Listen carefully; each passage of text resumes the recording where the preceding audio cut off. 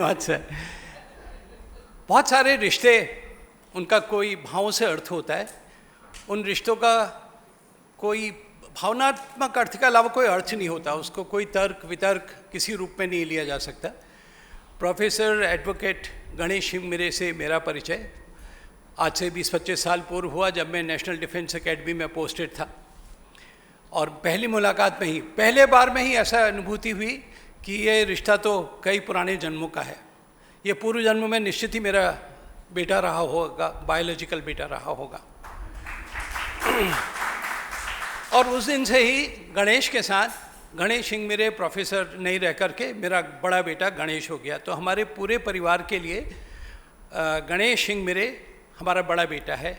और ये पुरानी यात्रा 20 साल पुरानी है। मैंने गणेश की वो यात्रा देखी है जो कि संघर्ष, इतना आर्थिक असंतुलन जिसकी कोई व्याख्या नहीं की जा सकती, लेकिन उसमें अपनी दृढ़ता के साथ आगे बढ़ना, साहस के साथ आगे बढ़ना, ये इन्होंने एक उदाहरण प्रस्तुत किया है जो मैं बारंबार कहता हूँ, जिसमें कि प्रगति भी है, संघर्ष भी है और लोगों के सामने एक नमूना पेश करने की शक्ति है। रामायण में एक उदाहरण है, छोटा सा उदाहरण आपको बताता हूँ। राम रावण का जब युद्ध हो रहा होता है तो विभीषण रामचंद्र जी से कहते हैं कि अभी युद्ध होने वाला है और आप बिना चप्पल के हो, आपके पास कोई कवच नहीं है, कोई कुछ धनुष बाण के अलावा कुछ नहीं है। रावण रथी बिरथी रघुबीरा, के ही विधि जीता हूँ यही बलबीरा, कि इतना खतरनाक बलबीर आदमी से आप कैसे जीतोगे। तो वो कहते हैं कि देख, सौरज धीरज तेहि रथ चाका, बुद्धि विवेक दृढ़ ध्वजा पताका।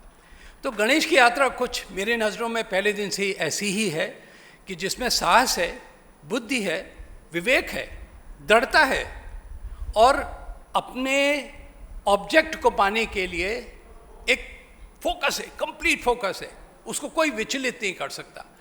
उसमें समाज की आई, आर्थिक परेशानियाँ आई, लेकिन गणेश को किसी ने नहीं झुकाया। गणेश ने अपना ध्येय रखा बिजली के खंभे के नीचे पड़ करके। मैं इसके बारे में कहता हूँ तो मेरे आंखों में आंसू आ जाते हैं और पूरा शरीर में मेरे बाल खड़े हो जाते हैं, क्योंकि मैंने प्रत्यक्ष में देखा है। मैंने गणेश का घर देखा है जहाँ कोई आर्थिक अभाव के कारण वो बिजली के खंभे के नीचे पड़ता था। उसकी माँ सामने बैठी हैं और वो इस बात को याद करेंगी। बिजली के खंभे के नीचे पड़ के, पान बेच के, पानी बेच के, मंदिरों की सेवा करके इसने क्या नहीं किया, इसको और इसकी माँ ने मिलकर के क्या नहीं किया। लेकिन उसके पीछे सिर्फ एक ध्येय था कि मुझे विद्या अध्ययन करना है, मुझे बुद्धि का प्रयोग करना है और बुद्धि के प्रयोग से ही मुझे आगे बढ़ना है, चाहे कोई भी अड़चने आए, किसी रूप की कोई भी अड़चने आए और मुझे उसमें आगे बढ़ना है। इस तरह से गणेश ने LLB की डिग्री पास की पूना यूनिवर्सिटी से और उसके बाद में LLM करने के लिए यूनिवर्सिटी ऑफ वेल्स में गणेश गए। सोचिए कि किसी आदमी के पास खाने के लिए खाना नहीं है, सवेरे कब खाना होगा, शाम को कब खाना होगा, ये तो निश्चित नहीं है। लेकिन यात्रा थी कि मुझे इंग्लैंड जाना है और इंग्लैंड में इन्होंने LLM की डिग्री की। और इसी के साथ देश प्रेम इतनी ज़ोर से इनको वापस खींच के लेकर के आया। हो सकता था ये भी चाहते तो $2-3 हज़ार का, पाउंड्स का तो तुरंत नौकरी मिल सकती थी, जो कि यहाँ से कई गुना अधिक थी। और यहाँ आके तो संघर्ष ही था, केवल वो तो सामने था क्योंकि कोई स्पून फीडिंग नहीं थी।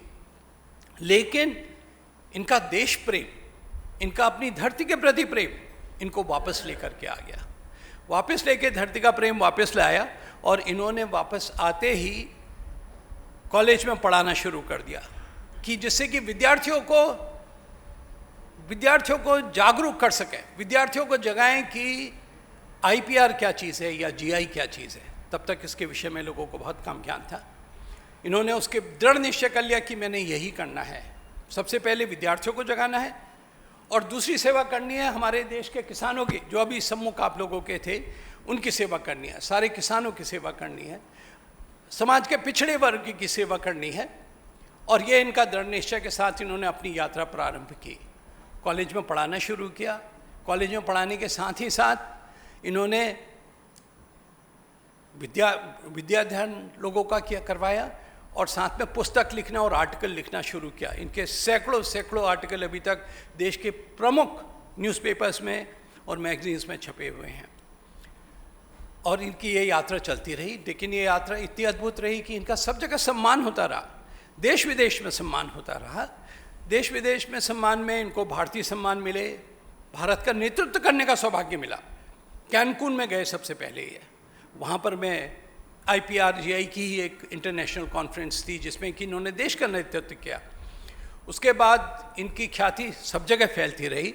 अब भारत के प्रमुख इंस्टीट्यूट IITs जैसे इंस्टीट्यूट्स इनको बुलाते हैं, इनके विषय में बात करते हैं, इनके आने की प्रतीक्षा करते हैं और इनसे ज्ञान अर्जित करना चाहते हैं। तो इन्होंने देश विदेश में भारत का नाम फैलाया, हमारे किसानों के प्रति समर्पित है। तो अगर कोई मुझसे पूछे कि गणेश के विषय में मुख्य चीज़ें क्या है, तो मैं कहूँगा कि बहुत संघर्ष की यात्रा, लेकिन दृढ़ता से सफलता, बहुत अधिक दृढ़ता से सफलता।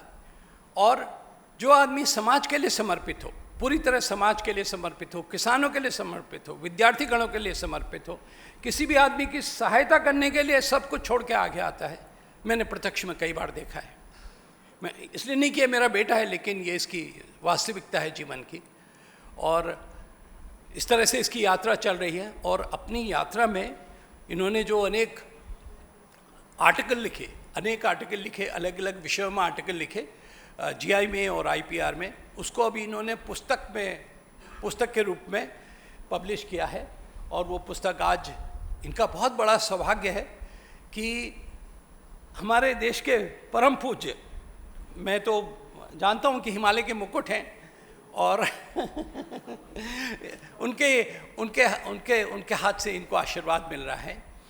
और इनके इस यात्रा में सबसे पहला आशीर्वाद इनकी माताजी का है, मैं उनको प्रणाम करता हूँ। इनकी माताजी का इनका आशीर्वाद है, इनके सास ससुर, इनके पत्नी जो रश्मि, जो कि हमारे सामने ही बैठी हैं, इन्होंने एकदम आर्थिक, जिसे बोलते हैं कमज़ोरी के बाद भी गणेश की उसका साथ नहीं छोड़ा, उसका हर ढंग साथ दिया, अपना घर को संभाला, अब GMGC के ऑफिस को पूरी तरह से संभाल रही हैं। तो पूरे परिवार ने मिलकर देश के सामने एक उदाहरण प्रस्तुत किया है जो कि अनुकरणीय है, हर ढंग से अनुकरणीय है, कि आदमी अपनी क्षमता से, अपनी दृढ़ता से, अपने बुद्धि विकास से, अपने शौर्य से उस स्थिति में पहुंच सकता है जो सबके लिए। तो मैं गणेश के लिए बहुत आज जो हूँ कि श्री महामहिम का इनको आशीर्वाद आज मिल रहा